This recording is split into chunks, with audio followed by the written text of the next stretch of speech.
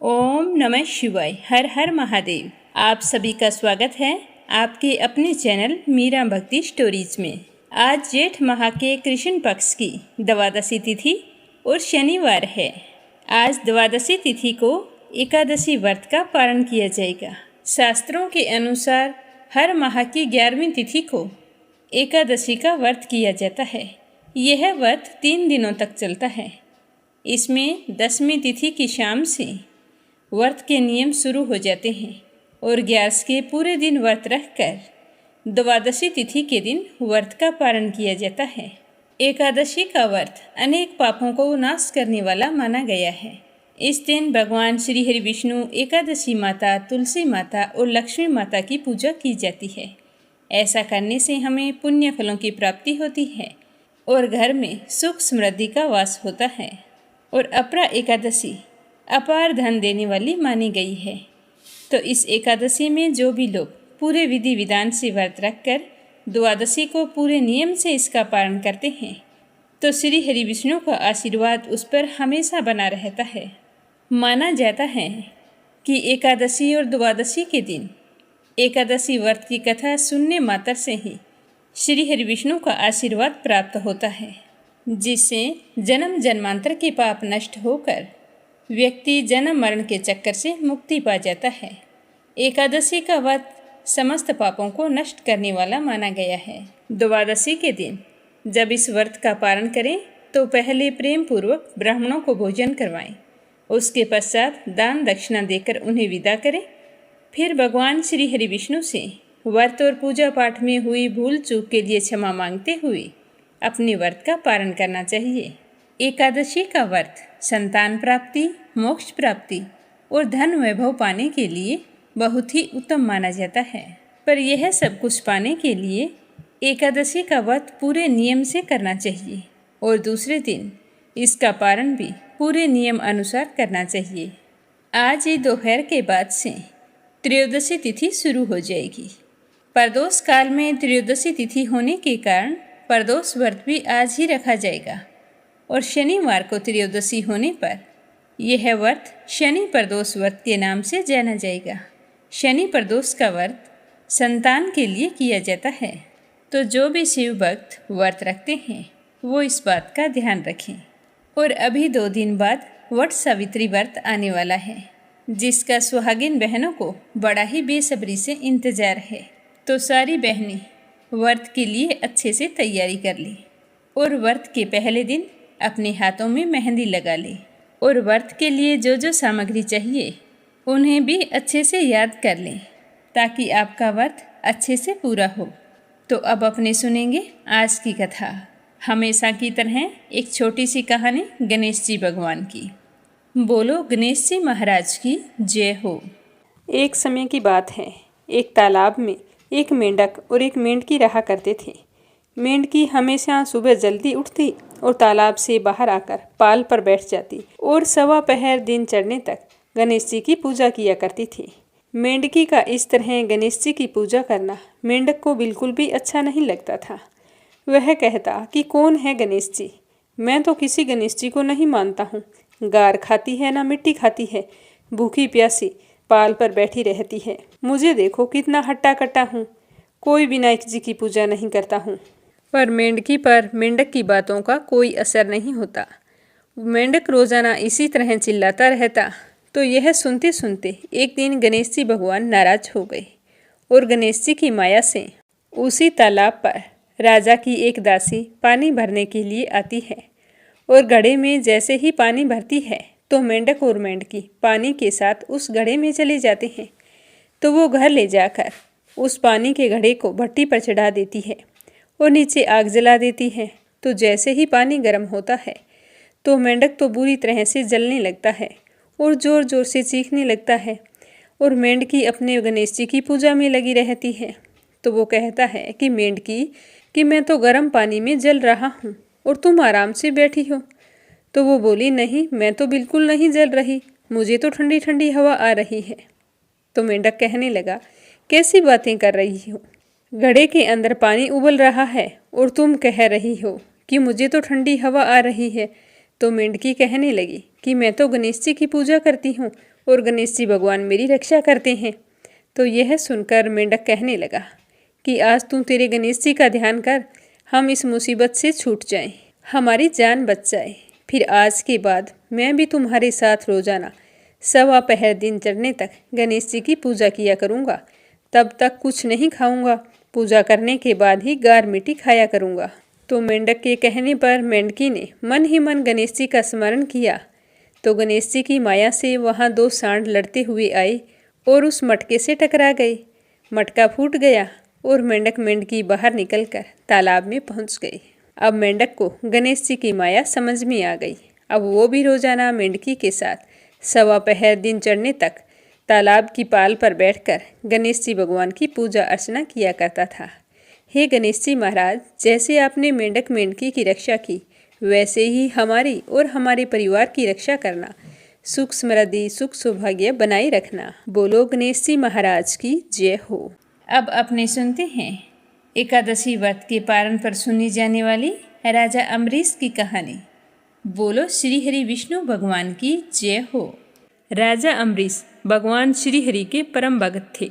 उनके पास खूब धन दौलत था। 7 द्वीप, अचल संपत्ति और अतुल ऐश्वर्य के शासक होने के बाद भी इन सब चीज़ों को वो सपने के समान समझते थे। राजा अम्बरीश का मानना था कि जिस धन वैभव के लोभ में पड़कर मनुष्य घोर नरक में जाता है, वह केवल 4 दिन की चांदनी होती है। राजा अम्बरीश का भगवान श्री कृष्ण में और उनके प्रेमी साधुओं में परम प्रेम था। उन्होंने अपने मन को श्री कृष्ण के चरणों में और वाणी को भगवान के गुणों का गान करने में, हाथों को श्री हरि के मंदिर में मार्जन में और अपने कानों को भगवान की मंगलमयी कथा के सुनने में लगा रखा था। उन्होंने अपने नेत्रों को श्री हरि के विग्रह व मंदिरों के दर्शन में, नासिका को उनके चरण कमलों पर चढ़ी श्रीमती तुलसी की दिव्य गंध में और जीवा को भगवान के प्रति अर्पित निवेद प्रसाद में संलग्न कर दिया था। राजा अम्बरीश के पैर भगवान के क्षेत्र आदि की पैदल यात्रा करने में लगे रहते थे और वे सिर से भगवान श्री कृष्ण के चरण कमलों की वंदना किया करते थे। इस प्रकार उन्होंने अपने सारे कर्म यज्ञ पुरुष इंद्रियातीत भगवान के प्रति उन्हें सर्वात्मा एवं सर्वरूप समझकर समर्पित कर दिए थे और भगवत ब्राह्मणों की आज्ञा के अनुसार ही वे इस पृथ्वी पर शासन करते थे।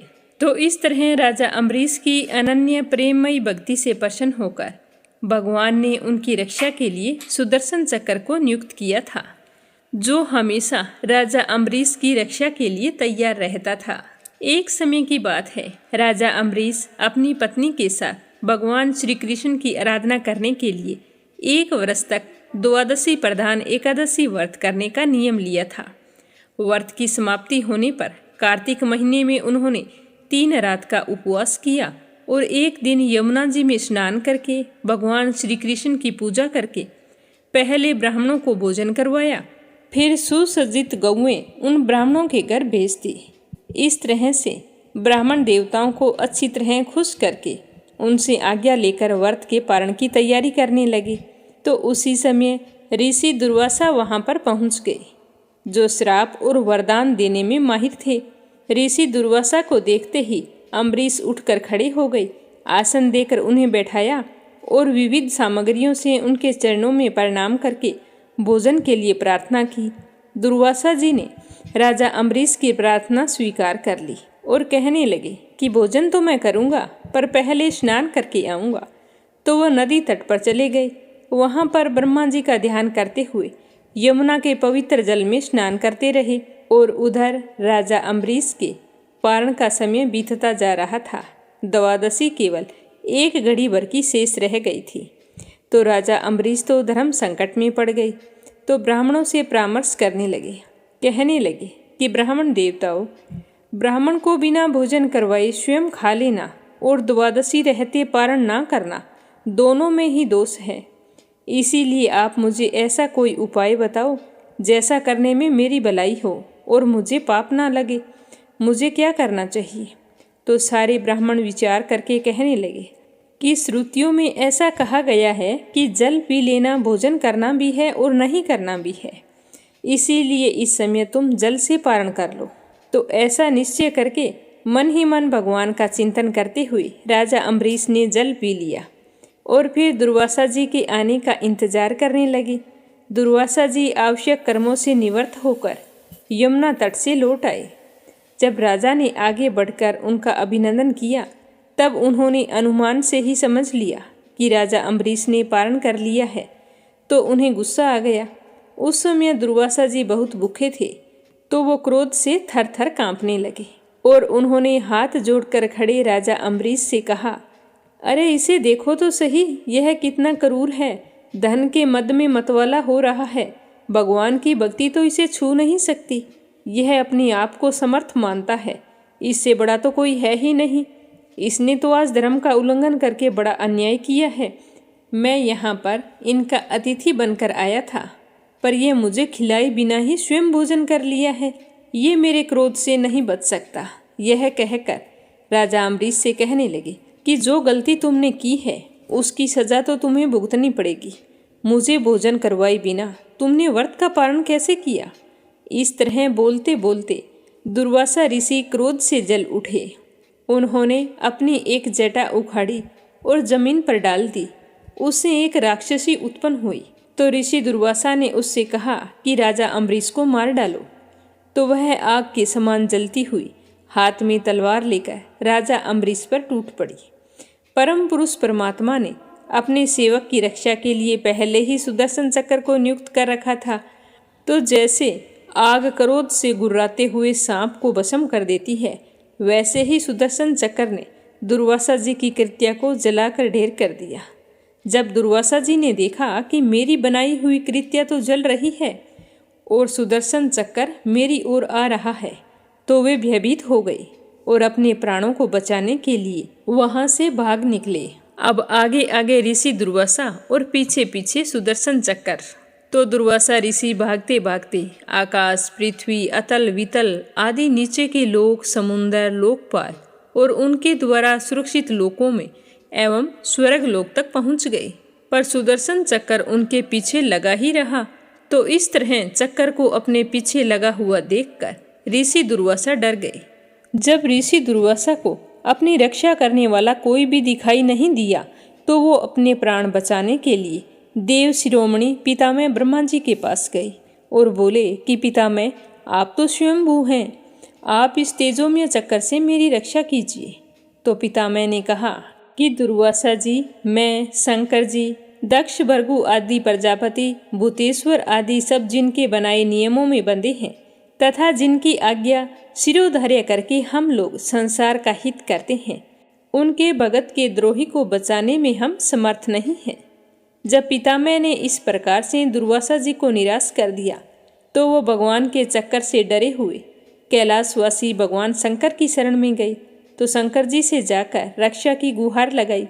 तो शंकर जी ने कहा कि दुर्वासा जी, जिनसे पैदा हुए अनेकों ब्रह्मांडों में हमारे जैसे हजारों चक्कर काटते हैं, यह चक्कर उन्हीं विश्वेश्वर का शस्त्र है। तो अपनी जान बचाने के लिए आप उन्हीं की शरण में जाओ। विष्णु भगवान ही तुम्हारा मंगल कर सकते हैं। तो शंकर जी की बात सुनकर निराश होकर दुर्वासा जी श्री हरि के परम धाम बैकुंठ की ओर भाग पड़े। ऋषि दुर्वासा भगवान के चक्कर की आग से जल रहे थे। वे बैकुंठ पहुँचते ही भगवान के श्री चरणों में गिर पड़े।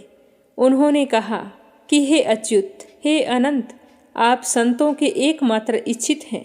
प्रभु, संपूर्ण जगत के जीवनदाता, मैं अपराधी हूँ, आप मेरी रक्षा कीजिए। आपका परम प्रभाव न जानने के कारण मैंने आपके प्यारे भक्त का अपराध किया है। प्रभु, आप मुझे बचाइए। तो श्री भगवान जी बोले कि दुर्वासा जी, मैं तो सर्वथा भक्तों के अधीन हूँ, मुझ में तनिक भी स्वतंत्रता नहीं है। जो भक्त स्त्री पुरुष, ग्रह गुरुजन, प्राण तथा इस लोक और परलोक सबको छोड़कर केवल मेरी शरण में आए हैं, उन्हें छोड़ने की तो मैं सोच ही नहीं सकता। तो मैं तुम्हें कैसे बचा सकता हूँ? इसमें कोई संदेह नहीं है कि ब्राह्मणों के लिए तपस्या और विद्या परम कल्याण के साधन है, परंतु यदि ब्राह्मण उदंड और अन्यायी हो जाए तो वे दोनों ही उल्टा फल देने लगते हैं। तो दुर्वासा जी दुखी होकर कहने लगे कि भगवान, कोई तो उपाय होगा। जिससे मेरी रक्षा हो सके। मेरा शरीर तो बुरी तरह से जल रहा है। तो विष्णु भगवान कहने लगे कि दुर्वासा जी सुनिए, मैं आपको एक उपाय बताता हूँ जिसका अनिष्ट करने से आपको इस विपत्ति में आना पड़ा। आप उसी के पास जाइए और उनसे क्षमा मांगिए, तभी आपको शांति मिल सकती है। तो इतना सुनते ही ऋषि दुर्वासा उल्टे पांव दौड़ पड़े और भागते भागते राजा अम्बरीश के पास आई और अत्यंत दुखी होकर राजा अम्बरीश की पैर पकड़ने चाहे। तो दुर्वासा जी की यह चेष्टा देखकर राजा अम्बरीश लज्जित होकर कहने लगे कि आप यह क्या कर रहे हैं? आप तो मेरे गुरु हैं और मेरे पैर पकड़कर मुझे क्यों शर्मिंदा कर रहे हैं? तो दुर्वासा ऋषि ने चक्कर की ओर इशारा करते हुए कहा कि मुझे इससे बचाइए, मेरी रक्षा कीजिए। तो राजा अम्बरीश भगवान के चक्कर की स्तुति करने लगे।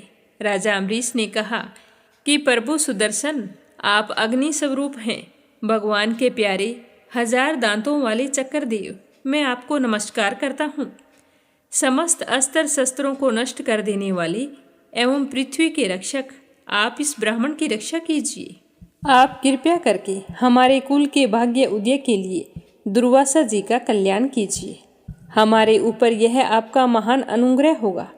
यदि मैंने कुछ दान किया हो, यज्ञ किया हो अथवा अपने धर्म का पालन किया हो और हमारे वंश के लोग ब्राह्मणों को ही अपना आराध्य देव समझते रहे हों, तो दुर्वासा जी के शरीर की जलन इसी समय मिट जाए। भगवान समस्त गुणों के एकमात्र आश्रय स्थल हैं।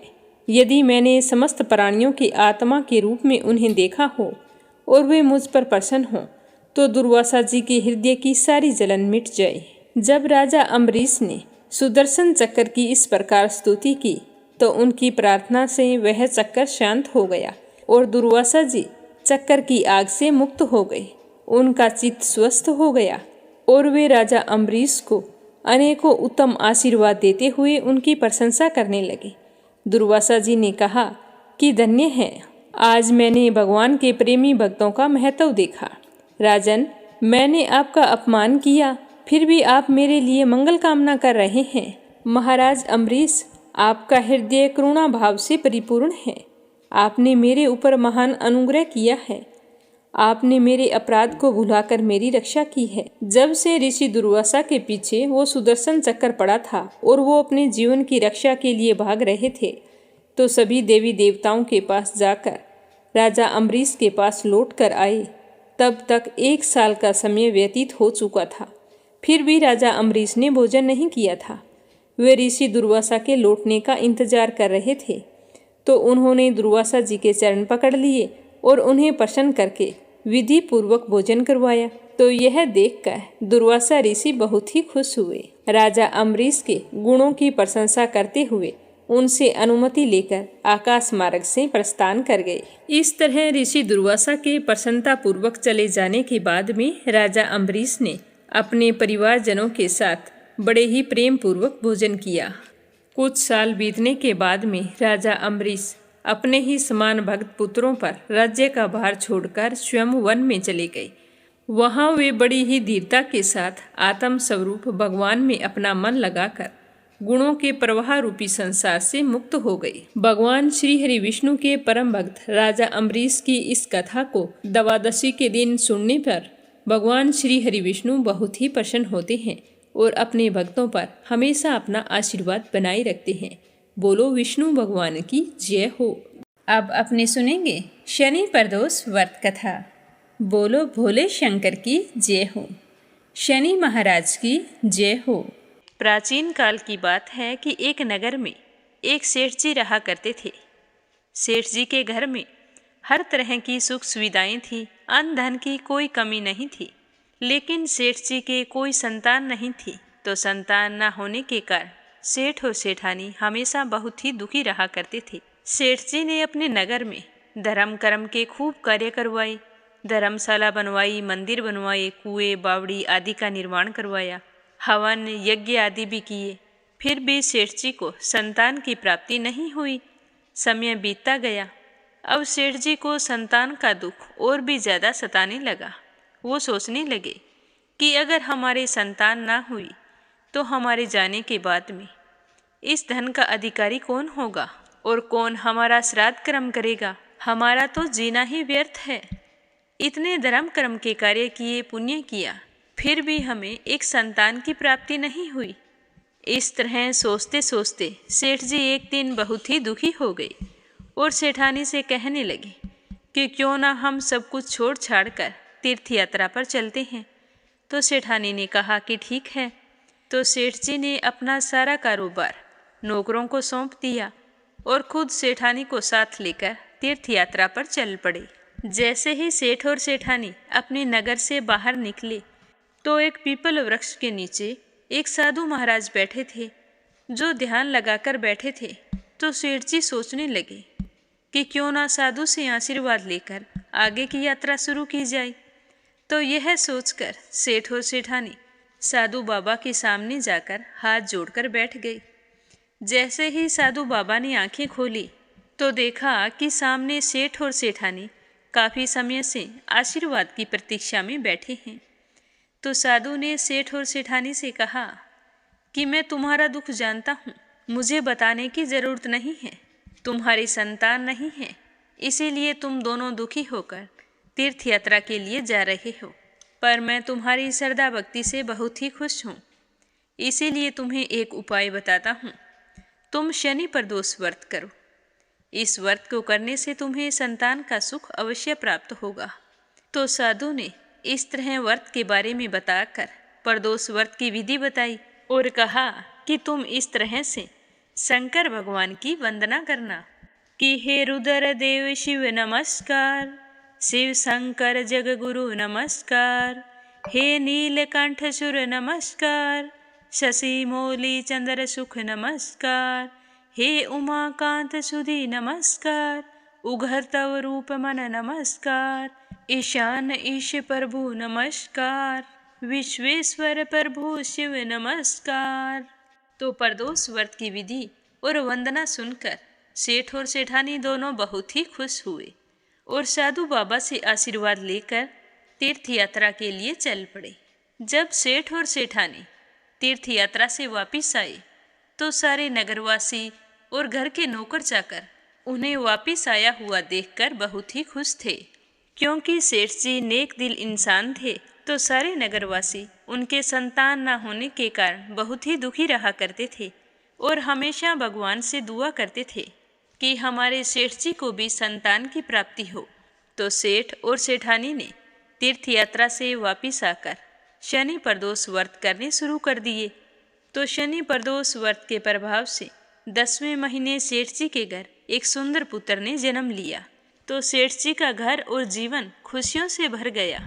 तो यह सब कुछ गांव वालों की दुआओं और बड़े बुजुर्गों के आशीर्वाद से हुआ। तभी तो गांव से निकलते ही सेठ जी की मुलाकात साधु बाबा से हुई और जो सेठ जी हमेशा के लिए तीर्थ यात्रा पर गए थे, साधु बाबा के आशीर्वाद से वापिस लौट आए और उनके वंश में वृद्धि हुई। बोलो शनि महाराज की जय हो, बोलो भोले शंकर की जय हो।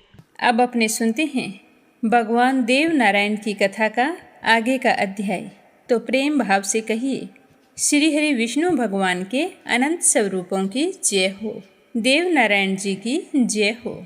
पिछले अध्याय में अपने सुना कि देवदास से देव नारायण का काफिला आगे चलता है। रास्ते में उन्हें बनास नदी के किनारे नागा साधुओं की फौज मिलती है, जो हमेशा आने जाने वाले लोगों से दान मांगा करते थे। तो देव नारायण के काफिले को देखकर वे रोक कर कहते हैं कि हमें दान चाहिए। इस काफिले में आगे आगे ग्वाले और गायें चल रही होती हैं और गाड़ियों में काफिले के लोग होते हैं और साधु माता हीरा दासी, देव नारायण जी और भैरू जी काफिले के सबसे पीछे होते हैं। तो नागा साधु आगे ग्वालों और गौओं को रोक कर कहते हैं कि यहाँ का नियम है कि यहाँ पर दान चुकाए बिना नदी के उस पार कोई नहीं जा सकता। ऐसा कहकर सारे नागा साधु अपने चिमटे लेकर रास्ता रोक लेते हैं। देव नारायण के काफिले के ग्वालों और साधुओं के बीच में युद्ध शुरू हो जाता है। अब देव नारायण जी तो पीछे होते हैं। इन साधुओं की मंडली में भांगी जी भी साधु के वेश में होते हैं। ये भांगी जी नेतू जी के बेटे होते हैं, जिनको नेतू जी ने अपने पति की मौत के बाद में अपने गर्भ से निकालकर गुरु रूपनाथ बाबा को सौंप देती है और बाबा रूपनाथ उसे भांग के घड़े में डाल देते हैं। ये वही भांगी जी हैं, नेतू जी के बेटे। जब नागा साधुओं की और ग्वालों की आपस में लड़ाई हो रही होती है तो हीरा दासी कहती है कि साधु माता, मुझे लग रहा है कि आगे लड़ाई हो रही है। तो साधु माता तो चौंक जाती है। उन्हें बगड़ावतों के बीच में हुआ युद्ध याद आने लगता है। फिर वो हीरा दासी के साथ आगे बढ़कर देखती है कि यह लड़ाई किसके साथ हो रही है। तभी हीरा दासी की नज़र भांगे जी पर पड़ती है और हीरा उन्हें देखते ही पहचान जाती है। साधु माता से कहती है कि माता जी, इन साधुओं की टोली में एक साधु है जिसकी शक्ल आपकी देवरानी नेतू जी से मिल रही है और उसका डील डोल नियाजी जैसा लगता है। तो हीरा दासी की बात सुनकर साधु माता साधुओं के गुरु रूपनाथ जी से मिलती है और बाबा जी से बनास नदी के किनारे हो रहे युद्ध को रुकवाने की विनती करती है। कहती है कि मैं कितने सालों बाद वापिस आई हूँ और मुझे ये लड़ाई देखकर राव जी और बगड़ावतों के बीच हुआ युद्ध याद आ जाता है। उस युद्ध में रानी जयमती को लेकर हमारा हंसता खेलता परिवार किस तरह से नष्ट हो गया था। इस तरह कहते हुए साधु माता विनती करती है कि बाबा, आप इस युद्ध को रुकवा दीजिए। यह कहकर साधु माता कहती है कि हे गुरुदेव, आपकी टोली में एक साधु है जिसका डील डोल नियाजी से मिलता है और शक्ल उसकी नेतू जी से मिल रही है। आप मुझे बताइए कि वो कौन है।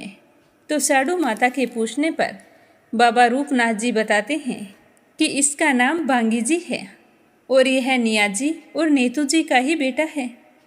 तो यह सुनकर साधु माता बहुत ही खुश होती है और हाथ जोड़कर बाबा रूपनाथ से कहती है कि बाबा, ये तो हमारे ही कुल का अंश है, आप इसे मुझे लौटा दीजिए। इस तरह कहते कहते साधु माता की आंखें भर आती हैं और वह भांगी जी से मिलने के लिए बेताब हो जाती है। तो बाबा रूपनाथ साधु माता को भांगी जी को ले जाने की अनुमति दे देते हैं। तो अपने सामने नियाजी और नेतू जी के बेटे को देखकर साधु माता बहुत ही खुश होती है। उसकी आंखों से लगातार आंसू बहने लगते हैं और वह भांगी जी को कसकर हृदय से लगा लेती है और कहती है कि बेटा, मैं तुम्हारी बड़ी माता जी हूँ और मेरे साथ तुम्हारे भाई नारायण हैं। जब तक वो हमारे पास आते हैं तब तक तू मेरे साथ चल।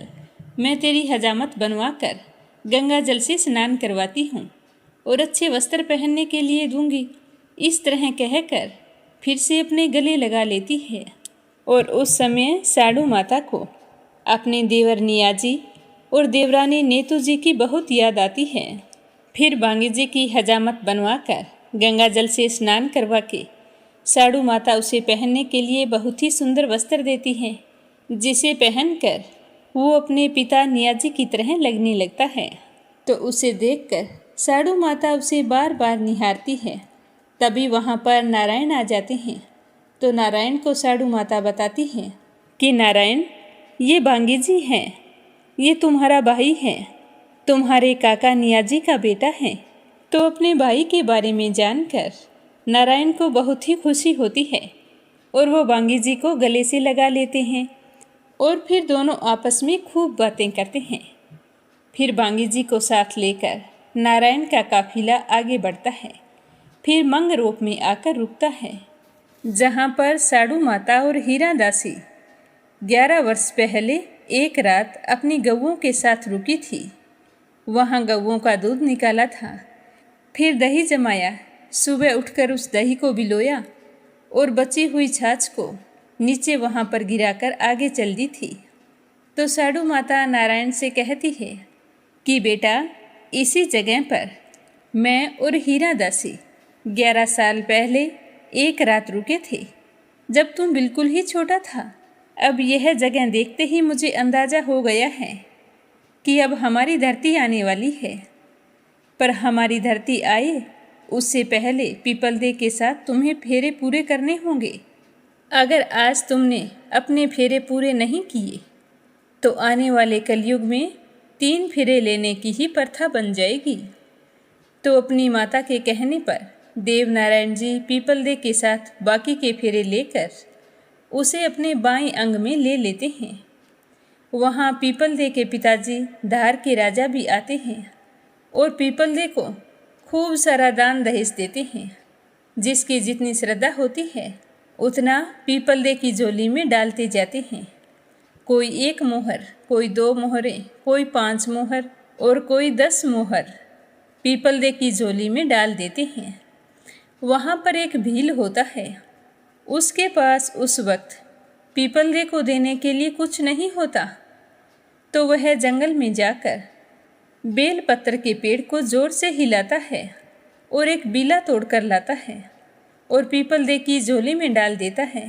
उस बिलव फल को भगवान नारायण देख लेते हैं और पीपलदेव की झोली में से उठा लेते हैं। तो पीपलदेव पूछती है कि भगवान, आपने इन सब चीज़ों को छोड़कर इस फल को ही क्यों उठाया है? तो नारायण जी कहते हैं कि पीपलदेव, ये तो बिल्व है। आपको पता है इसके अंदर बिल्ला बिल्ली पल रहे हैं। आप इसे रुई में लपेटकर सावधानी से रख दो। जैसे माँ के गर्भ में बच्चा पलता है, वैसे ही उस बिल्ले में देवनारायण जी पीपलदेव के बेटा बेटी बड़े होते हैं।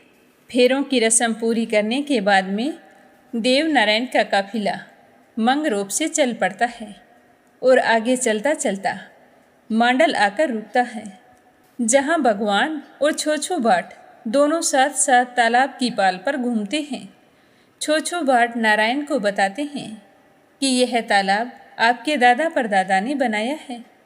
तो देवनारायण कहते हैं कि तालाब तो काफ़ी बड़ा बनाया है और अपने नीलागर घोड़े को तालाब की पाल पर पानी पिलाने के लिए ले जाते हैं। लेकिन नीलागर घोड़ा तालाब का पानी नहीं पीता। तो देवनारायण जी बाट जी से पूछती हैं कि क्या बात है, घोड़ा इस तालाब के पानी को पी क्यों नहीं रहा है? तो छोछू बाट कहता है कि इस तालाब में आपके पूर्वज मंडल जी की समाधि है। यह कहकर बाट जी नारायण को सारी बात विस्तार से बता देते हैं कि किस तरह बिशल देव के कहने पर मंडल जी घोड़े खरीदने के लिए मोहरे लेकर जा रहे थे और यहाँ पर आकर उन्होंने देखा कि मुझे कोई पानी की व्यवस्था करनी चाहिए, तो उन मोहरों से यहाँ पर तालाब बनवाना शुरू कर देते हैं। कई महीने इस तालाब में लग जाते हैं और एक बार फिर अपने भाई बिशल देव से घोड़ों के नाम पर काफ़ी मोहरे मंगा लेते हैं और उसे भी तालाब के निर्माण कार्य में खर्च कर देते हैं। इस तरह कई महीने बीत जाने पर बिशल देव को चिंता होती है कि मंडल जी वापस क्यों नहीं आए। तो वे घोड़े पर सवार होकर अपने भाई को ढूंढने के लिए चल पड़ते हैं। लेकिन जब इस बात का पता मंडल जी को चलता है कि बिशल देव भैया मुझे ढूंढने के लिए आ रहे हैं, तो वो डर जाते हैं और इसी तालाब में जल समाधि ले लेते हैं। और जब बिशल देव जी वहाँ पर पहुँचते हैं और उन्हें अपने भाई के जल समाधि के बारे में पता चलता है, तो वो बहुत ही दुखी हो जाते हैं। इसी दुख के कारण इस तालाब पर कोई यज्ञ नहीं करवाया जाता। तो यह सुनकर भगवान देवनारायण जी वहीं पर डेरा डालने की बात कहते हैं और फिर पूरे विधि विधान से उस तालाब का नांगल करवाते हैं, यज्ञ करवाते हैं, ब्राह्मणों को भोजन करवाते हैं, हवन यज्ञ दान और 100 गौओं का दान करते हैं। साड़ू माता और हीरा दासी तालाब पर बने हुए मांडल जी के मदारी पर चढ़कर अपने गांव की ओर देखती है और देखकर साड़ू माता हीरा से कहती है कि हीरा, अपना गांव तो उजड़ गया है, बिल्कुल वीरान दिखाई दे रहा है। ऐसे वीरान जगह जाकर हम कैसे रहेंगे? मुझे तो लगता है कि अब वहाँ पर भूत प्रेतों का वास हो गया होगा। ऐसी जगह जाकर तो हम नहीं रह सकते। तभी देवनारायण जी वहाँ से आगे चलने के लिए कहते हैं और इस तरह भगवान देवनारायण का काफिला मांडल से आगे बढ़ता है। रास्ते में 2 गांव पड़ते हैं, कांवल्या और जीवनल्या। कहा जाता है कि ये दोनों गांव बगड़ाउतों की दासियों के नाम पर बसे हुए थे। तो साडू माता उस गांव को देखकर देव नारायण से कहती हैं कि बेटा हम यहीं पर रुक जाते हैं। तो देव नारायण जी अपनी माता की बात सुनकर कहते हैं कि माता जी हम तो यहाँ का पानी भी नहीं पिएंगे, क्योंकि यह तो हमारे दासियों का गांव है। हमें तो इन्हें कुछ देना चाहिए, ना कि हमें कुछ लेना चाहिए। अब तो ये सवारी गोठा जाकर ही रुकेगी और वहीं जाकर पानी पिएंगे, नई बस्ती बसाएंगे। तो देव नारायण की बात सुनकर साडू माता कहती हैं कि बेटा गोठा गांव तो उजड़ गया है, वहाँ तो राण के राजा हमें आराम से रहने नहीं देंगे। मुझे तो डर लग रहा है। तो अपनी माता को भयभीत देखकर देव नारायण जी कहते हैं कि माँ ये सारी बातें आप मेरे ऊपर छोड़ दीजिए। मैं आपसे वादा करता हूँ कि हमें वहाँ पर किसी भी तरह का कोई डर नहीं होगा। तो अपने बेटे नारायण की बात सुनकर साडू माता को थोड़ी राहत मिलती है, पर राण जी और बगड़ाउतों के बीच हुआ युद्ध बार बार साडू माता की आंखों के आगे से घूम जाता है। फिर चलते चलते देव नारायण जी का काफिला गोठा गांव में आकर रुकता है। वहां पहुंचकर देव नारायण बहुत ही खुश होते हैं और अपना नया गांव बसाते हैं। उसका नाम खेड़ा चोसला रखते हैं। उस गांव की नींव पूर्णिमा के दिन रखी जाती है और फिर सारे वहां पर रहने लगते हैं। इस तरह कई दिन कई महीनों बीत जाते हैं। फिर एक दिन बिंजोरी कांजरी सारे संसार में घूमते फिरते खेल दिखाते हुए फिर से बगड़ाउतों के यहाँ पहुँच जाती है। फिर वहाँ आकर बगड़ाउतों में सबसे बड़े दानवीर को ढूंढने लगती है, लेकिन उन्हें वहाँ पर कोई नहीं मिलता। तो वो कागरू देश में जाकर अपना कर्तव्य दिखाने लगती है, लेकिन उसका मन बार बार बगड़ाउतों की ओर जाता है कि वो कहाँ हैं। मेरे तो आधे जेवर थे उनके पास, अब वो ना जाने कहाँ पर होंगे। इससे अच्छा तो मैं उसी समय ले जाती।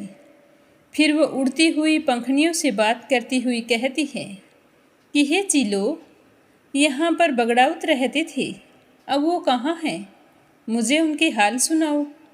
तो चील कहती है कि राण के राजा राव जी और बगड़ाउतों के बीच में बहुत जोर का युद्ध हुआ था और नियाजी ने तो पूरे 6 महीने तक युद्ध किया था, राव जी की सेना को नष्ट कर दिया था, लेकिन 6 महीने बाद उनकी भी मौत हो गई। इस तरह सारे बगड़ावत उसी युद्ध में मारे गए। तो बिंजोरी को चीलों की बात पर विश्वास नहीं होता है। वो चीलों से कहती है कि तुम सारी की सारी झूठ बोल रही हो।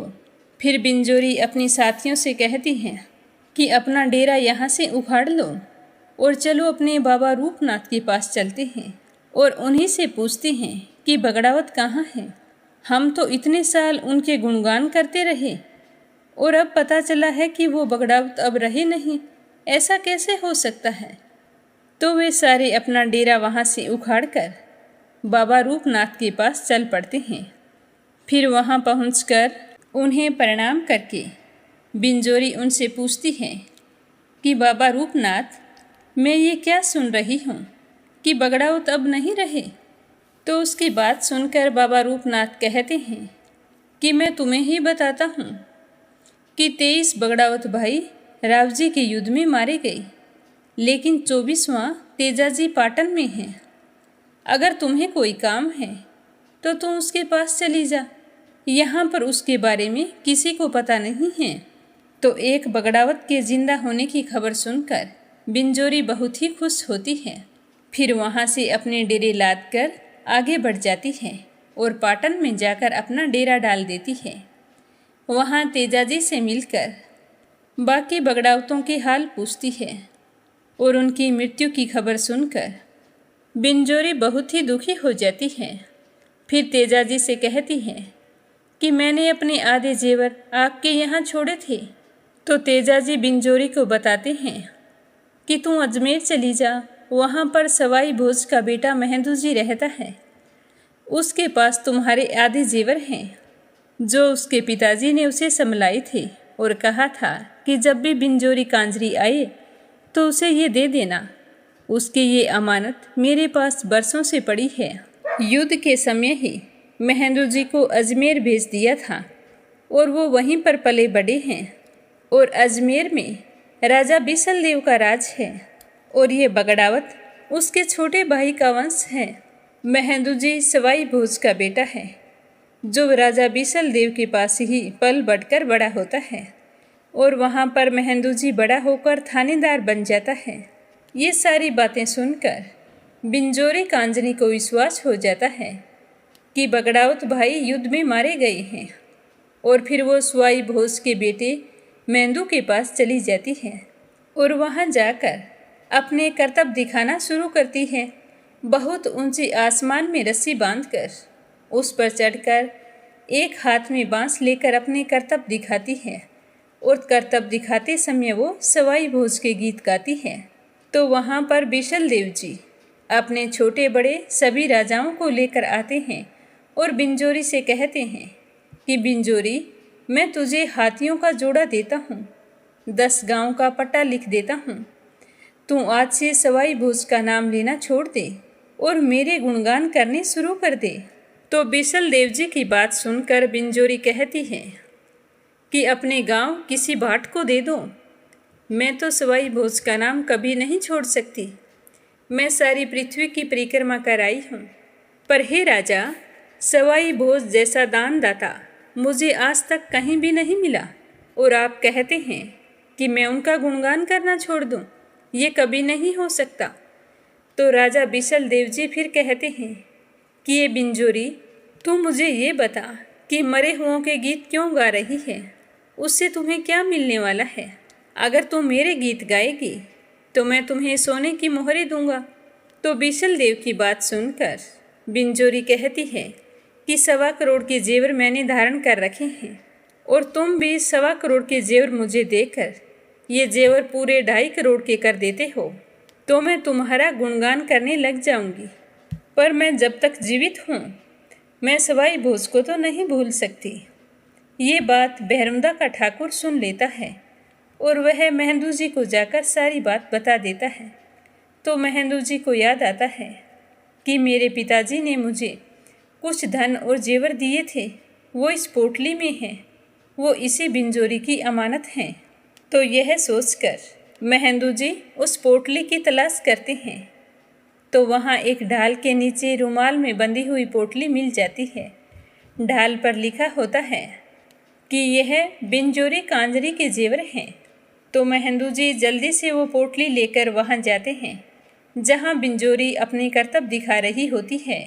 तो उसके पास पहुंचकर महेंद्र जी सारे गहने उसको दे देते हैं और कहते हैं कि ये आपकी अमानत हैं। तो पोटली खोलकर जब बिंजोरी देखती है तो वह बहुत ही खुश होती है और उन सारे गहनों को पहन लेती हैं। महेंद्र जी बिंजोरी को कहते हैं कि मैंने मेरे पिताजी के कहने पर तुम्हें बहुत ढूंढा था पर तुम मुझे कहीं भी नहीं मिली, क्योंकि मेरे पिताजी मुझसे यह कह कर गए थे कि बेटा, किसी को दान दिया हुआ धन घर में नहीं रखना चाहिए। पर आज आप मुझे मिल गए हैं और मैंने आपको आपकी अमानत संभला दी है। तो महेंद्र जी की बात सुनकर बिंजोरी बहुत ही खुश होती है और महेंद्र जी को खूब आशीर्वाद देती है और कहती है कि बेटा, अपने बाप का बैर जरूर लेना। तुम्हारे पिताजी बहुत ही दानवीर थे, मैं उन्हें आज तक नहीं भूली हूँ और जब तक मेरी सांसें चलती रहेगी मैं उन्हें भूल भी नहीं सकती। पर राण के राजा राव जी ने उन सबको बड़ी ही बेरहमी से मार दिया है। मेरा तो यही कहना है कि तुम बड़े हो गए हो और अपने बाप की मौत का बदला जरूर लेना। तो महेंद्र जी बिंजोरी की बातों को चुपचाप सुनते रहते हैं, बोलकर कुछ नहीं कहते और फिर वहाँ से वापस अजमेर आ जाते हैं। जब राजा बिशल देव को पता चलता है कि महेंद्र जी ने बिंजोरी को जेवर दिए हैं तो वो बहुत ही नाराज होते हैं और महेंद्र जी को मरवाने के लिए साजिश रचते हैं। और इसी साजिश के तहत राण के राजा राव जी के यहाँ संदेश भिजवाते हैं कि सवाई भोज का बेटा महेंद्र जी मेरे पास है और वो मेरी आँख में कांटे की तरह चुभ रहा है। आगे क्या होता है यह सुनेंगे कल के अध्याय में। प्रेम भाव से सुनने के लिए आप सभी का बहुत बहुत धन्यवाद। भगवान श्री हरि आपकी समस्त मनोकामनाएं पूर्ण करे। प्रेम से बोलो श्री हरि विष्णु भगवान के अनंत स्वरूपों की जय हो। अब अपने सुनते हैं लपसी और तपसी की कहानी। बोलो लपसी तपसी की जय हो। बहुत पुराने समय की बात है। एक गांव में एक ब्राह्मण परिवार रहा करता था। उसमें पति पत्नी के अलावा उनके 2 बच्चे थे। एक बेटा था, एक बेटी थी। ब्राह्मण दंपति बहुत ही सरल स्वभाव के थे। समय मिलने पर प्रभु का स्मरण किया करते थे। उनकी बेटी बहुत ही संस्कारी और सुशील थी, लेकिन उनका बेटा आवारा किस्म का था। वह कोई काम धाम नहीं करता और ना ही कभी अपने माँ बाप का कहना मानता था। समय के साथ दोनों बहन भाई बड़े हो गए। बहन की शादी कर दी गई, पर भाई का वही हाल था। उसके माँ बाप ने उसे समझाया कि बेटा, अब हम वृद्ध हो चले हैं, तुम कोई काम किया करो। लेकिन उस पर उनकी बातों का कोई असर नहीं होता था। तो एक दिन ब्राह्मणी अपने पति से कहने लगी कि स्वामी, आप बिल्कुल काम छोड़ दीजिए। जब घर में कुछ भी नहीं होगा तो यह अपनी जिम्मेदारी समझेगा और काम पर लग जाएगा। तो ब्राह्मण ने दूसरे दिन से काम पर जाना छोड़ दिया। तो यह देखकर उनके बेटे ने कोई काम नहीं किया और चोरी करने चला गया। आते जाते राहगीरों को लूट लेता और उसी से अपने घर का गुजारा किया करता था। तो उसकी लूटने और चोरी करने की आदत से सारे गांव वाले उसे लपसी कहने लगे। तो लपसी की इस हरकत से उसके माँ बाप बहुत ही दुखी रहते थे, पर वह किसी की सुनने के लिए तैयार नहीं था।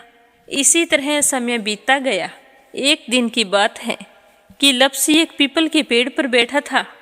तभी शिव पार्वती जा रहे थे। पार्वती माता गहनों से लदी हुई थी। तो लपसी उन्हें देखकर सोचने लगा कि सूरत के कितने गहने हैं, आज ये सारे के सारे लूट लूँगा तो मुझे कई महीनों तक चोरी नहीं करनी पड़ेगी। तो वह लूटने के इरादे से पीपल की ओट में होकर बैठ गया। जैसे ही शिव पार्वती वहाँ से जाने लगे तो लपसी एकदम से शिव पार्वती के सामने आकर कहने लगा कि जल्दी से जितने सारे गहने पहन रखे हैं उतार दो। तो पार्वती माता कहने लगी कि तुम चोरी क्यों करती हो, तुम्हें पता है चोरी करना पाप है। तो लपसी कहने लगा कि क्या करूं, घर पर मेरे माँ बाप हैं, मेरी एक भांजी है, उनके लिए दोनों समय भोजन की व्यवस्था कहाँ से करूं, मुझे कोई काम तो आता नहीं है। तो लपसी की बात सुनकर पार्वती माता कहने लगी कि तुम जो चोरी करके पाप करते हो, इस पाप का भागी कौन बनेगा। तो लपसी कहने लगा कि मेरे घर वाले सारे बनेंगे। तो पार्वती माता कहने लगी कि कोई नहीं बनेगा, पाप के भागी केवल तुम बनोगे। तो लपसी कहने लगा कि मैं लूट खोस कर उन्हीं के लिए लेकर जाता हूँ, तो पाप के भागी तो उन्हें बनना ही पड़ेगा। तो लपसी की बात सुनकर पार्वती माता ने हंसकर कहा कि हम यहीं पर बैठे हैं और तुम अपने घर जाओ, अपने घर वालों से पूछो कि कोई तुम्हारे पाप का भागी बनेगा क्या। तो यह सुनकर लपसी भागा भागा अपने घर आया और अपनी माँ के पास गया और कहने लगा कि माँ, मैं चोरी करके लाता हूँ, राह चलते राहगीरों को लूटता हूँ, तुम्हारे लिए ही तो करता हूँ। तो तुम मुझे एक बात बताओ, चोरी करने से जो पाप लगता है तो आप मेरे पाप के भागी बनोगे। तो लपसी की बात सुनकर उसकी माँ कहने लगी कि बेटा, मैंने तो तुमसे नहीं कहा कि तुम चोरी करके लाओ, तुम कमा कर लाओ, हमें तो 2 वक्त की रोटी चाहिए, मैं तो तुम्हारी पाप की भागी नहीं बनूंगी। तो माँ के मुंह से इस तरह की बात सुनकर लपसी तो हैरान हो गया। फिर वह अपने पिताजी के पास गया और जाकर कहने लगा कि पिताजी, मैं जो कुछ भी लूट खोस के लाता हूँ वो आपके लिए ही तो लाता हूँ। देखो मैंने लूट कर कितना धन इकट्ठा कर लिया है, कितने ऐशो आराम है तुम्हारे। अगर मैं चोरी नहीं करता तो क्या ये सब हमें मिलता। पिताजी, मैं तुमसे एक बात पूछता हूँ कि चोरी करने से पाप लगता है, तो उस पाप में आप मेरे भागीदार बनोगे क्या। तो लपसी की बात सुनकर उसके पिताजी कहने लगे कि बेटा, मैंने नहीं कहा कि तुम चोरी करके लाओ, तुम कमा कर लाओ, मैं तुम्हारे पाप का भागी नहीं बनूंगा। तो माँ बाप के मुंह से इस तरह की बात सुनकर वह बहुत ही उदास हुआ और सोचने लगा कि मैं कितने महीनों से चोरी कर रहा हूँ। ना जाने मुझ पर कितना पाप चढ़ गया है, और ये तो बोल रहे हैं कि पाप के भागी हम नहीं बनेंगे, तो अब क्या होगा। तो वह बड़े ही दुखी मन से शिव पार्वती से मिलने के लिए चल पड़ा। जैसे ही घर से बाहर निकलने लगा तो उसकी छोटी सी भांजी दरवाजे पर खेल रही थी। उसे पता नहीं था कि पाप पुण्य क्या होता है, तो वो कहने लगी कि मामा, पाप की भागी मैं बनूंगी। तो उसके इस तरह कहते ही लप्सी ने उसे गोद में उठाया और चल पड़ा। शिवजी भगवान और पार्वती माता के पास जाकर कहने लगा कि घर वालों ने पाप का भागी बनने से मना कर दिया है, और एक यही है जो पाप की भागी बनने को तैयार है। फिर लप्सी बड़े ही दीन स्वर में कहने लगा कि हे भगवान, मैं समझ गया हूँ कि चोरी करना पाप है। आज तक जो मैंने काम किया वो बहुत ही गलत था, लेकिन अब मैं इसका प्रायश्चित करना चाहता हूँ। अब तुम ही बताओ, मुझे मेरे पापों से मुक्ति कैसे मिलेगी। तो उसकी बात सुनकर शिव पार्वती बहुत ही खुश हुए और लप्सी को कच्चे सूत का एक छोटा सा गोला देते हुए कहा कि लप्सी, ये सूत लो और इस पीपल के चारों ओर परिक्रमा लगाओ। जब यह सूत समाप्त हो जाएगा तब तुम्हारे सारे पाप नष्ट हो जाएंगे। तो यह सुनकर लप्सी बहुत ही खुश हुआ। सोचने लगा कि छोटा सा गोला है, अभी लपेट कर घर चला जाऊंगा, उसके बाद में कभी कोई पाप नहीं करूंगा। फिर उसने अपनी बांजी को कंधे पर बैठाया और पीपल की परिक्रमा लगानी शुरू कर दी।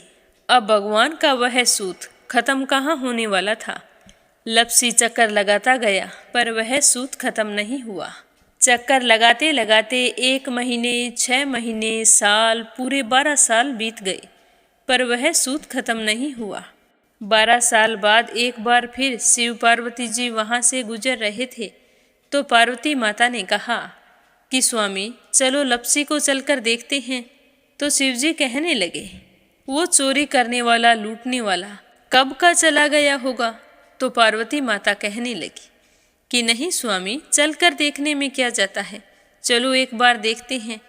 तो शिव पार्वती जी जैसे ही पीपल वृक्ष के पास आए तो देखा कि लप्सी तो अब भी चक्कर लगा रहा है। वहाँ चारों ओर गहरी खाई हो गई है और लप्सी की बड़ी बड़ी दाढ़ी, मूंछें, नाखून बढ़ गए हैं। तो यह देखकर पार्वती माता ने कहा कि देखो स्वामी, आप तो कह रहे थे कि वो कब का ही चला गया, देखो इसके मन में सच्ची भक्ति है। तो पार्वती की बात सुनकर शिवजी ने कहा कि चलो अभी देख लेता हूँ। तो यह कहकर शिवजी ने एक सोने का कड़ा लप्सी के आगे फेंक दिया। तो लप्सी ने झट से उसके ऊपर पैर कर लिया। फिर अचानक से उसका ध्यान शिव पार्वती जी की ओर गया, तो वो हाथ जोड़कर कहने लगा कि भगवान, अब तो मेरे पाप समाप्त हो गए होंगे, आप मुझे यहाँ से जाने की आज्ञा दीजिए। आपका यह सूत अभी तक खत्म नहीं हुआ है। तो शिवजी भगवान ने कहा कि तुम्हारे पाप कर्म भी अभी तक पूरे नहीं हुए हैं। तो शिवजी की बात सुनकर लप्सी कहने लगा कि भगवान, मुझे पूरे 12 वर्ष हो गए हैं आपकी भक्ति करते करते, और अब भी आप मुझ पर शक कर रहे हैं। तो शिवजी ने कहा कि अपना पैर उठाओ। तो जैसे ही लप्सी ने अपना पैर उठाया तो उसके पैर के नीचे सोने का कड़ा था। तो यह देखकर लप्सी शर्मिंदा हो गया और कहने लगा कि प्रभु, गलती हो गई, मुझे माफ़ करो, आगे से मैं ऐसी गलती कभी नहीं करूँगा। तो शिवजी कहने लगे कि नहीं लप्सी, तुम्हारा पाप ऐसे पूरा नहीं हो सकता। अब तुम्हें 12 वर्ष तक और इसी तरह परिक्रमा करनी होगी, उसी के बाद तुम्हारे पाप समाप्त होंगे। यह कहकर शिव पार्वती वहाँ से चले गए और वह फिर से पीपल के पेड़ की परिक्रमा करता रहा। करते करते 12 साल बीत गए। 12 साल बाद में शिव पार्वती जी वहाँ पर आए तो उन्होंने देखा कि आज भी वो वहीं पर चक्कर लगा रहा है। तो शिवजी ने फिर उसके सामने सोने की अंगूठी फेंकी, पर उसने कोई ध्यान नहीं दिया। तो शिवजी भगवान प्रसन्न होकर कहने लगे कि हे लप्सी, आज से तुम मेरी तपस्या करके तपसी बन गए हो। मैं तुम्हें वरदान देता हूँ कि तुम अपने जीवन में सारे सुखों को प्राप्त करेगा। और तूने 24 बरस तक मेरी भक्ति की है, इसका फल भी तुझे अवश्य मिलेगा। जो भी औरत गाय और कुत्ते की रोटी नहीं बनाएगी, उसका पुण्य फल तुम्हें मिलेगा। आंगन लीप कर दहलीज नहीं लीपेगी तो उसका पुण्य फल भी तुझे ही मिलेगा। अगर हमारे घर की बहन बेटी को हम सूट, तीवल या साड़ी भेंट स्वरूप देते हैं तो साथ में मोली का धागा और कुछ रुपये नहीं देंगे तो उसका पुण्य फल भी तुम्हें ही मिलेगा। अगर कोई दिए से दिया जलाएगा तो उसका पुण्य फल भी तुम्हें ही मिलेगा।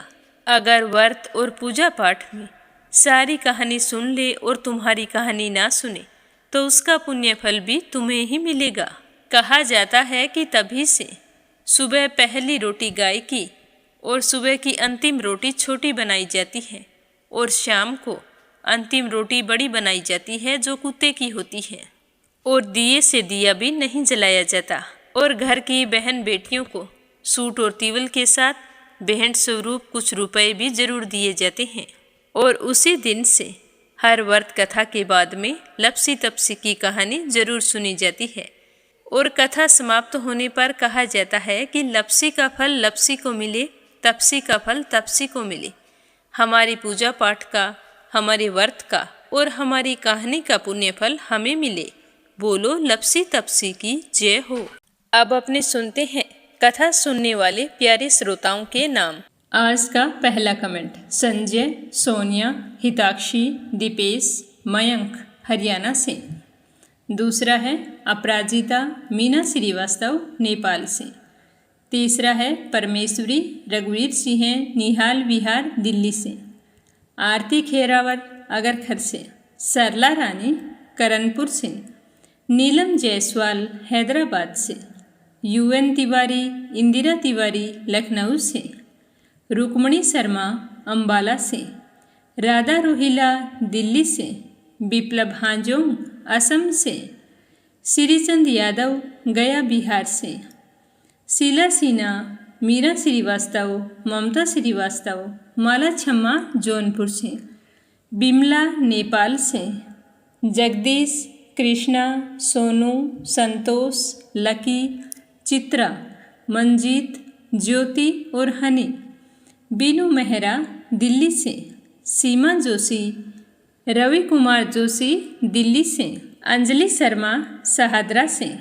रिधिमा परमिला, सुरेश यादव धामतरी से। गीता गोस्वामी, सुनीता गोस्वामी मेरठ से। संजीव कंसल, कविता कंसल, हितेश कंसल, आरुष कंसल, रानी कंसल मुजफ्फरनगर से। मंजुला कपूर पंजाब से। रेखा धर्मेंद्र शर्मा जयपुर से। नीमा मठपाल रामनगर से। सुनीता रानी मेरठ से। मीरा अग्रवाल बंगाल से। इंदिरा तिवारी, शांति प्रसाद तिवारी, शुभांकित, दीपांकित, सुरभि, जया तिवारी, वैभवी, ऐश्वर्या तिवारी उत्तराखंड से। श्रीमती शर्मा अलीगढ़ से। कोमल निर्मल मुंबई मीरा रोड से। लता शर्मा अलीगढ़ से। तारा मिश्रा, राम नरेश मिश्रा, शुभम मिश्रा, रितेश मिश्रा गोपालगंज से। चंद्रकांता दिल्ली से। पुष्पा त्यागी मोदी नगर से। रजनी बड़ोला उत्तराखंड से। सुनीता कुमारी उत्तराखंड से। रवि सैनी, सीमा सैनी मलियाना से। इंदु रानी साहिबाबाद से। मीनू वालिया दिल्ली से। शोभा कुंवर पुरोहित अहमदाबाद से। गोवर्धन बैठा रांची से। दिल्ली भंडारी मुंबई से। निर्मला सिसोदिया दिल्ली से। मंजू चौधरी भीलवाड़ा से। सीमा गोयल, सतपाल गोयल पानीपत से। सुदेश नागपाल करनाल से। रामावती देवी, जगवीर सिंह, रवि, राहुल, अनुज, ज्योति, वंदना, भवन, रुद्र कुमार, आराध्या, आन्या, तोलू मोलू, अविका मेरठ से। नंदा पांडुरंग पुजारी ब्रह्मपुरी महाराष्ट्र से। सरोज कुमार अग्रवाल जबलपुर से। क्षमा परतुल वडोदरा से। वीना कालरा आगरा से। उषा सेठ बनारस से। मोनिका नागर तिगांव से। ललिता सहारे दुर्ग से। मंजू कौशिक शहादरा से। उषा शर्मा सोजत सिटी से। बीना वासने अलीगढ़ से, उर्मिला महाजन अभिलाषा गीतू दिल्ली से, शकुंतला पंगल भिवानी से, अर्चना मिश्रा, मीना शर्मा, कमलेश भल्ला जम्मू से, निर्मला पांचाल करनाल से, गुंजन नक्षत्र परबल, आशीष जी फिरोजाबाद से, राधा लड्डू रमेश कुमार शर्मा, मंजू शर्मा, मान्या विनीत शर्मा चंडीगढ़ से, सुनीता विलास पांडे नासिक से, शिव कुमार शर्मा, बादाम देवी शर्मा जयपुर से, शांताबेन वाघेला गुजरात के मंडल से। एक श्रोता उड़ीसा से हैं, इन्होंने अपना नाम नहीं बताया। वतन कौर सहारनपुर से, के लक्ष्मण दास उमरकोट से, सुभद्रा साहू मध्य प्रदेश से, पूजा पाठक उत्तराखंड देहरादून कोशानी से, सावित्री ईश्वरलाल रामचंदानी गाजियाबाद से, पिंकी शर्मा चिंगरावाली से, श्याम कुमारी बाराबंकी से, अनीता अमृतसर से, लता सिंह लखनगांव से, शशि वर्मा अंजलि वर्मा, करण वर्मा पंजाब से, देवी सिंह कार्तिक पायल सौम्या, उमा रघुवंशी गजबा सौदा से, फ्लैश कुमार शर्मा बुरारी से, छाया श्रीवास्तव वाराणसी से, स्मिता सीताराम गायकवाड़ महाराष्ट्र से, अशोक कुमार जी भटनागर भोपाल मध्य प्रदेश से, त्रिशला फरीदाबाद से, कमलेश लाल रुड़की से, संजय सैनी सुनीता सैनी सेखाड़ा से, प्रमोद यादव साहू हिमाचल प्रदेश से। सभी श्रोताओं का तहे दिल से धन्यवाद। आप अपना साथ और सहयोग हमेशा यूं ही बनाए रखें ताकि हमारा ये मीरा भक्ति स्टोरीज परिवार कामयाबी की उन ऊंचाइयों को छुए जिनकी हम अभिलाषा रखते हैं। आप सभी की मंगल कामना के साथ ओम नमः शिवाय। हर हर महादेव।